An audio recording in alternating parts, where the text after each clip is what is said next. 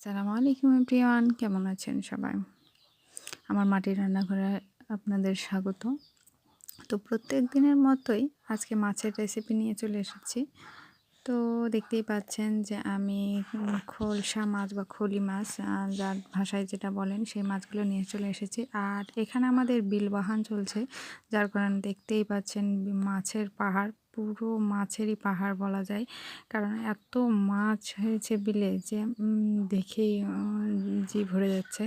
তা আমি ভাবলাম যে আপনাদেরও দেখিয়ে দিই। আর এটা প্রায় ওদের এক ছাকে বা এক ছাকায় কিন্তু ওদের ৩৮ মণ বা ৪০ মণের মতো মাছ পাওয়া যাচ্ছে। তো আমিও ভাবলাম যে আমাদের এদিককার বিলবাহান আপনাদের দেখিয়ে দিই। তো মাছের আসলে বা মাছের বাজারে যে এত মাছ বা বিল বাজারে যে এত মাছ পাওয়া যায়, দেখতেই পাচ্ছেন কত মাছ, প্রচুর মাছে ভর্তি। আর এগুলো তো মাছে প্রচুর, দেখেন একটা নৌকা ভর্তি কিন্তু মাছ। আর এই মাছগুলো কিন্তু আসলে বাজারে বিক্রি হচ্ছে। আর এই মাছগুলোই আমি আজকে রান্না করে আপনাদের দেখাবো। তো তার সাথে সাথে বিলবাহানটাও দেখিয়ে দিলাম। আসলে মাছের পাহাড়ই বলা যায়, যেহেতু অনেক মাছ। তো দেখতেই পাচ্ছেন প্রচুর মাছ কিন্তু।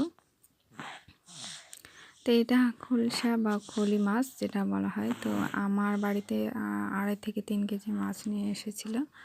আমি বাছার সময় আপনাদের দেখাতে পারিনি, কারণ বাছার সময় একটু তাড়াহুড়ায় ছিলাম, যে কারণে বাছাটা দেখাতে পারিনি। তো আমি ফ্রিজিং করে নিয়েছিলাম।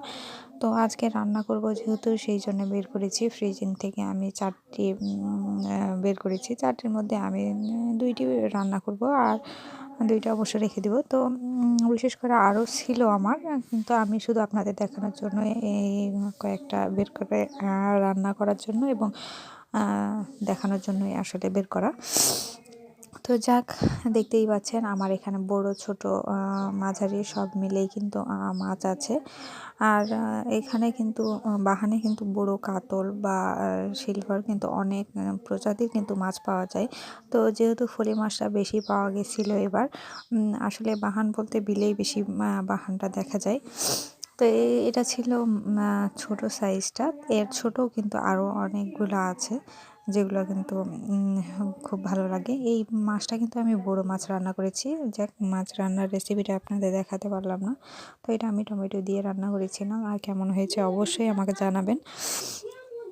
তো আপনারা বুঝতেই তো পারছেন কি অবস্থা। মাছ, অতিরিক্ত মাছ যখন হয় তখন আসলেই কি হয়। ছোট মাছটা আমি যে প্রসেসে রান্না করেছি, ঠিক বড় মাছটাও আমি এভাবে রান্না করে নিয়েছি। তো বড় মাছটা রান্নার সময় আসলে আমি ভিডিও করতে পারিনি, এই ছোট মাছটা রান্না করে আপনাদের দেখিয়ে দিচ্ছি। তো প্রথমে আমি পেঁয়াজ এখানে ভেজে নেব কড়াইয়ে, তেল দিয়ে পেঁয়াজ ভেজে নেব। আর আমাদের এখানে বাহান বলতে বছরে একবারই বাহানটা হয়। আর এই সময় কিন্তু প্রচুর মাছ পাওয়া যায় এবং মাছগুলো কিন্তু অনেক সুন্দর। আর মাছের দামও প্রায় কম থাকে।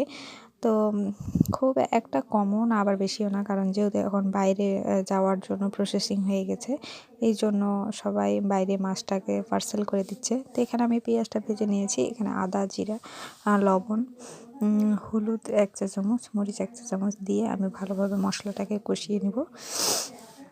তো যেভাবে প্রসেসে আমি মাছ রান্না করি, ঠিক সেইভাবেই আমি আপনাদের রান্না করে দেখিয়ে দিচ্ছি। আর ঠিক এই একই রকমে আমি কিন্তু বড় মাছটাও রান্না করেছি। তো অবশ্যই এভাবে রান্না করে দেখবেন। আর এই খোলসা মাছ বা খলি মাছটা কার কার ভালো লাগে অবশ্যই আমাকে কমেন্ট করে জানাবেন। আবার আমার যারা নতুন তারা আমার চ্যানেলটি অবশ্যই সাবস্ক্রাইব করে দিবেন।